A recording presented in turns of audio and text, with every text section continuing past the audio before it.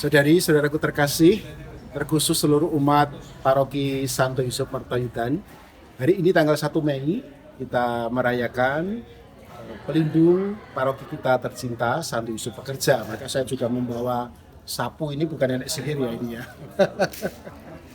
Dan juga dalam kalender nasional kita 1 Mei adalah Hari Buruh Internasional. Maka mungkin orang bertanya, korelasinya apa? Korelasinya bahwa sama-sama bekerja. Oleh karena itu dalam spiritualitas Santo Yusuf Pekerja, mari kita juga terus menjadi pribadi-pribadi yang siap bekerja, bukan untuk bermalas-malasan. Dan tentu dengan bekerja kita memberikan yang terbaik kepada Tuhan, dan pasti hasilnya juga untuk kebaikan bersama.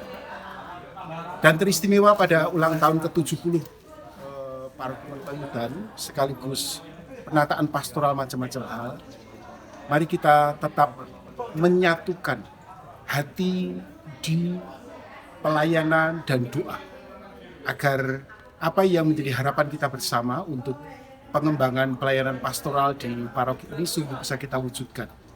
Karena perlu sungguh-sungguh bekerja, mencari dana, dan tentu jangan lupa berdoa.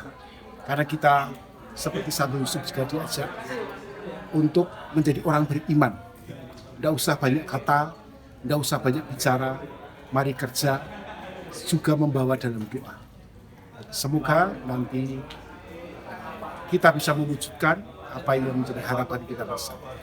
Maka sekali lagi, mari kita mohon doa dari Santo Yusuf Pekerja agar kita bisa menjadi pekerja-pekerja yang beriman, pekerja-pekerja yang tangguh, pekerja-pekerja yang setia dan sukacita. Profisiat, Tuhan memberkati. Romo, terkait pembangunan gereja kita, saya akan bertanya soal visi dan misi, lalu tujuan utama untuk umat itu apa mengenai pembangunan gereja. Baik, untuk Paroki Martayudan saat ini kan telah 70 tahun. Nah, selama 70 tahun ini tentu banyak sekali perkembangan yang terjadi soal dinamika kegiatan di tengah umat, jumlah umat, pelayanan-pelayanan, kebutuhan akan ruang-ruang dan sebagainya. Nah, semuanya itu perlu kita fasilitasi dan juga sekaligus di momen 70 tahun ini sekaligus juga untuk menata. Jadi penataan kawasan pastoral Santo Yusuf Pekerja Martayudan ini kita tata sedemikian rupa berdasarkan zoning. Ada zona untuk liturgi peribadatan, untuk doa, zona pelayanan pastoral dengan gedung-gedung pelayanan pastoral, zona untuk devosi, ada zona privat untuk pastoran. Jadi sehingga lalu area ini memang sungguh-sungguh ditata sedemikian rupa untuk akhirnya bisa menjadi pelayanan yang semakin optimal bagi umat. Seperti itu.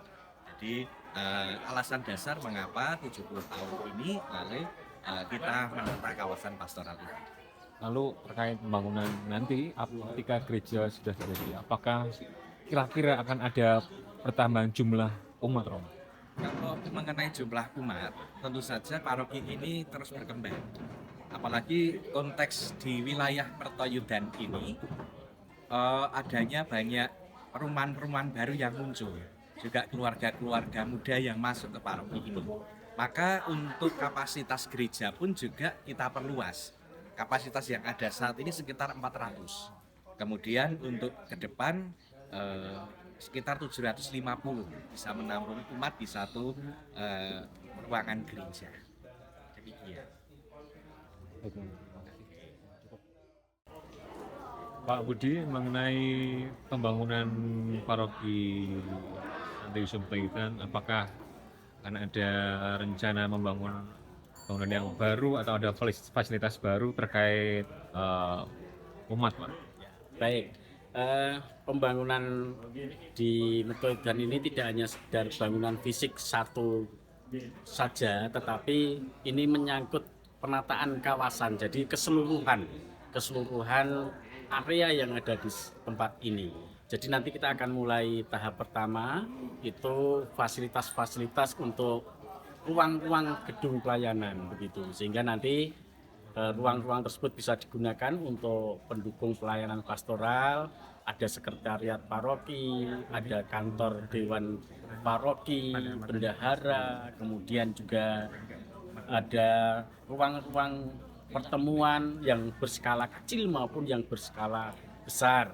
Ada PIA, rekat, kemudian ada tempat multimedia dan sebagainya. Jadi yang pertama ini memang kami untuk memfasilitasi dulu untuk pendukung pelayanan pastoral dulu, begitu. Lalu untuk fasilitas untuk umat misalnya atau akan ada penambahan kamar mandi atau ruang menyusui atau nanti ada jalur khusus untuk umat yang disabilitas atau bagaimana? Ya, itu semua sudah tertuang di dalam master plan yang sudah kita buat, kita susun ya, dan itu sudah memenuhi kebutuhan umat kita yang disabilitas, kemudian umat yang laktasi, kemudian juga ada toilet bersih untuk dibedakan yang laki perempuan, termasuk yang disabilitas juga diberikan fasilitas toilet khusus begitu, sehingga semua kebutuhan umat itu bisa terpenuhi begitu.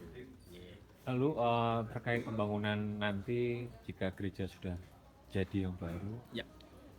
apakah akan ada penambahan jumlah umat atau malah berkurang atau bagaimana menurut Pak Budi? Baik, dari desain master plan yang kita buat untuk kapasitas gereja itu sendiri, itu yang jelas lebih besar, kan? Itu ya.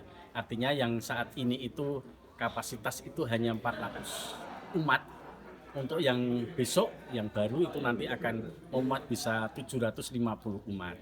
Kemudian nanti juga masih didukung oleh gedung pertemuan Gereja Witaka itu yang juga bisa menampung 250 umat. Jadi pasti ada pengembangan terutama di kapasitas umat itu.